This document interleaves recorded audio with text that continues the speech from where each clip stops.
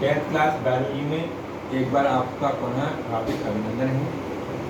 पिछली वीडियो में मैंने आपको जैव प्रक्रमों के अंतर्गत पोषण श्वसन की व्याख्या की थी। मैंने आपको ये बताया था पोषण के अंतर्गत तो हम पोषक तत्वों को ग्रहण करते हैं और ग्रहण करके उनका पाचन करते हैं।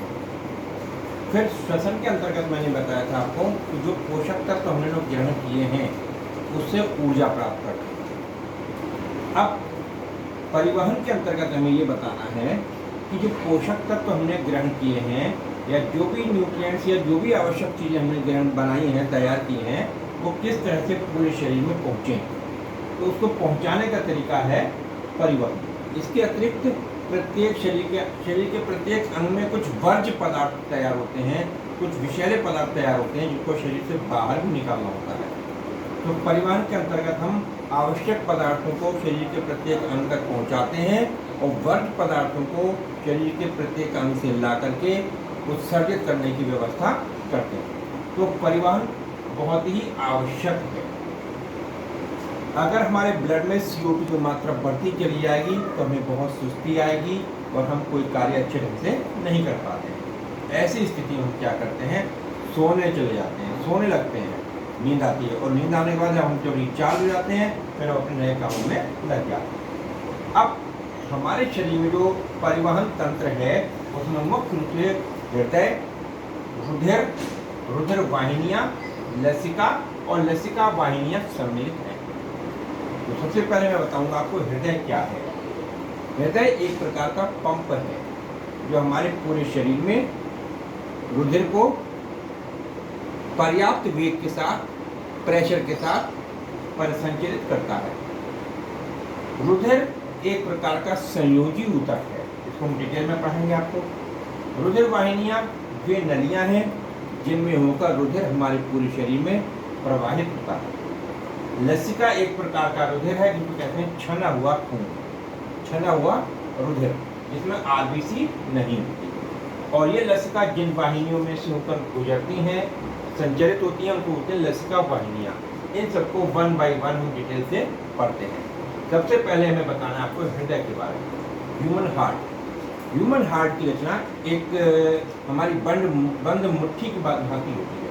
हमारी बंद मुट्ठी का जो साइज है वो हमारे हृदय का साइज है। ये हृदय हमारे वक्ष गुहा में बाईं ओर स्थित होता है। ये कार्डियक मसल्स से बना होता है। कार्डियक मसल्स जिनको हम कहते हैं हृदय पेशियाँ, जो हमने 9th में आपको पढ़ाया था, हृदय पेशियाँ बिना थके आजीवन कार्य करती रहती हैं, बिना थके, बिना रुके।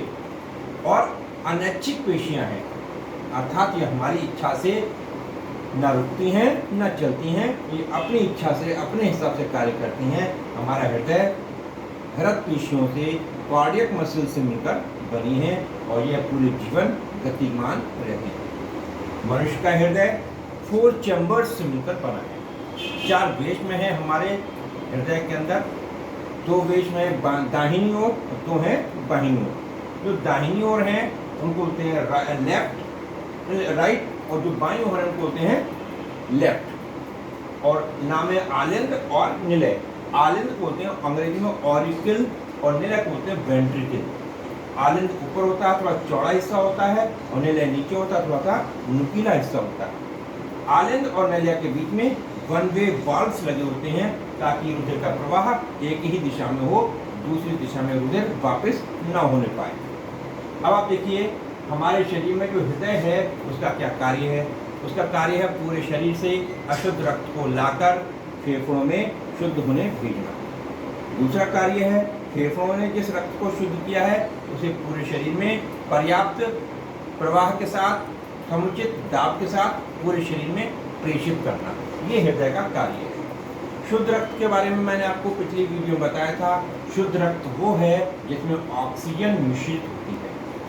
अशुद्ध रक्त वह है जिसमें ऑक्सीजन मिश्रित नहीं होती है, वरन अन्य गैसें विशेषकर कार्बन डाइऑक्साइड मिश्रित होती है, उसको कहते हैं अशुद्ध रक्त।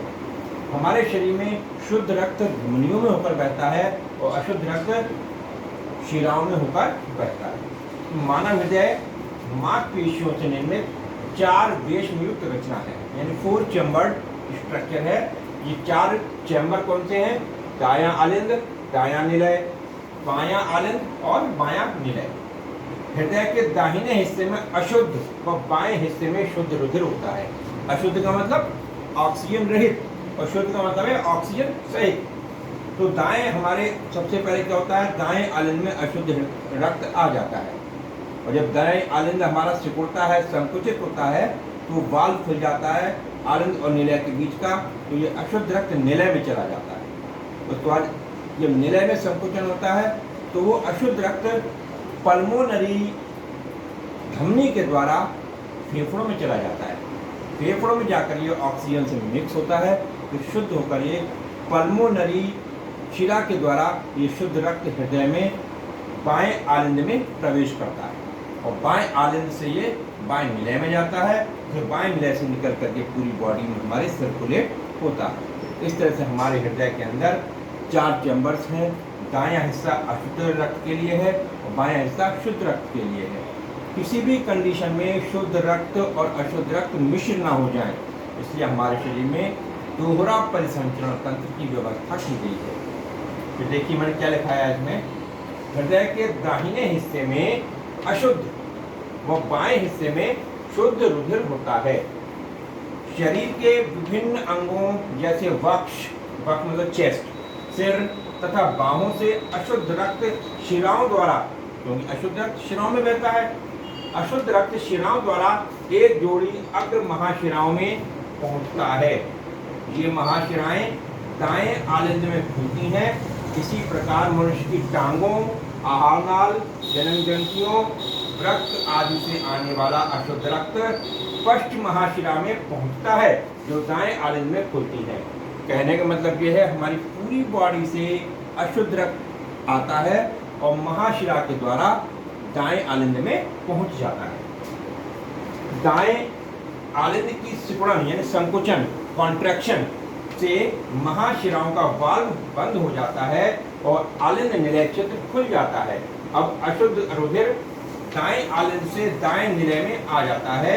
निलय में संकुचन होने पर आलिंद निलय वाल्व बंद हो जाता है और अशुद्ध रुधिर पल्मोनरी कहें या फुफ्फुस कहें की बात है, पल्मोनरी धमनी से होता हुआ फेफड़ों में पहुंच जाता है, जहां ऑक्सीजन मिश्रित होने पर रुधिर शुद्ध हो जाता है। यह शुद्ध रक्त बाएं आलिंद से होते हुए दाएं आलिंद में निकल जाता है और यहाँ से दैहिक महाधमनी द्वारा शरीर के विभिन्न भागों तक पहुंच जाता है। मानव हृदय में एकांतर क्रम में प्रकुंचन को सिस्टोल कहते हैं और अनुशीतलन डायस्टोल क्रियाएं चलती रहती है। मतलब कहने का यह है, हृदय सिकुड़ता है, फिर फैलता है, फिर सिकुड़ता है, फिर फैलता है। हृदय के सिकुड़ने को प्रकुंचन और फैलने की क्रिया को अनुशीतलन कहते हैं, और एक अनुशीतलन और एक प्रकुंचन मिलाकर बनती है हृदय की धड़कन, जिसको बोलते हैं हार्ट बीट। जो हमारा हृदय धक धक करता है वो यही है। तो क्या है, मानव हृदय में एकांतर क्रम में प्रकुंचन, सिस्टोल तथा अनुशीतलन डायस्टोल क्रियाएं चलती रहती हैं। हृदय के सिकुड़ने को प्रकुंचन और फैलने की क्रिया को अनुशीतलन कहते हैं। हृदय के एक बार सिकुड़ने व फैलने की क्रिया को ही हृदय की धड़कन यानी हार्ट बीट कहते हैं। स्वस्थ मनुष्य का हृदय 1 मिनट में 75 बार धड़कता है। इसको कहते हैं स्पंदन, रेट ऑफ हार्ट बीट। अब मैं आपको कल भी मैंने पढ़ाया था, 3 दिन से मैं रोज आपको वीडियो दे रहा हूँ। आज 2 क्वेश्चन आपको होमवर्क में दे रहा हूँ। पहला क्वेश्चन तो ये है, मानव में दोहरा परिवहन तंत्र क्यों कहलाता है? पहला क्वेश्चन ये बोर्ड एग्जाम में बहुत पूछा जाता है, इसका आंसर आपको तैयार कर लेना है। दूसरा क्वेश्चन, हृदय की धड़कन क्या है और स्वस्थ मनुष्य का स्पंदन दर कितनी होती है? ये आपको कॉपी में नोट करना है और इन क्वेश्चंस के आंसर भी आपको लिखकर तैयार करने हैं। Thank you.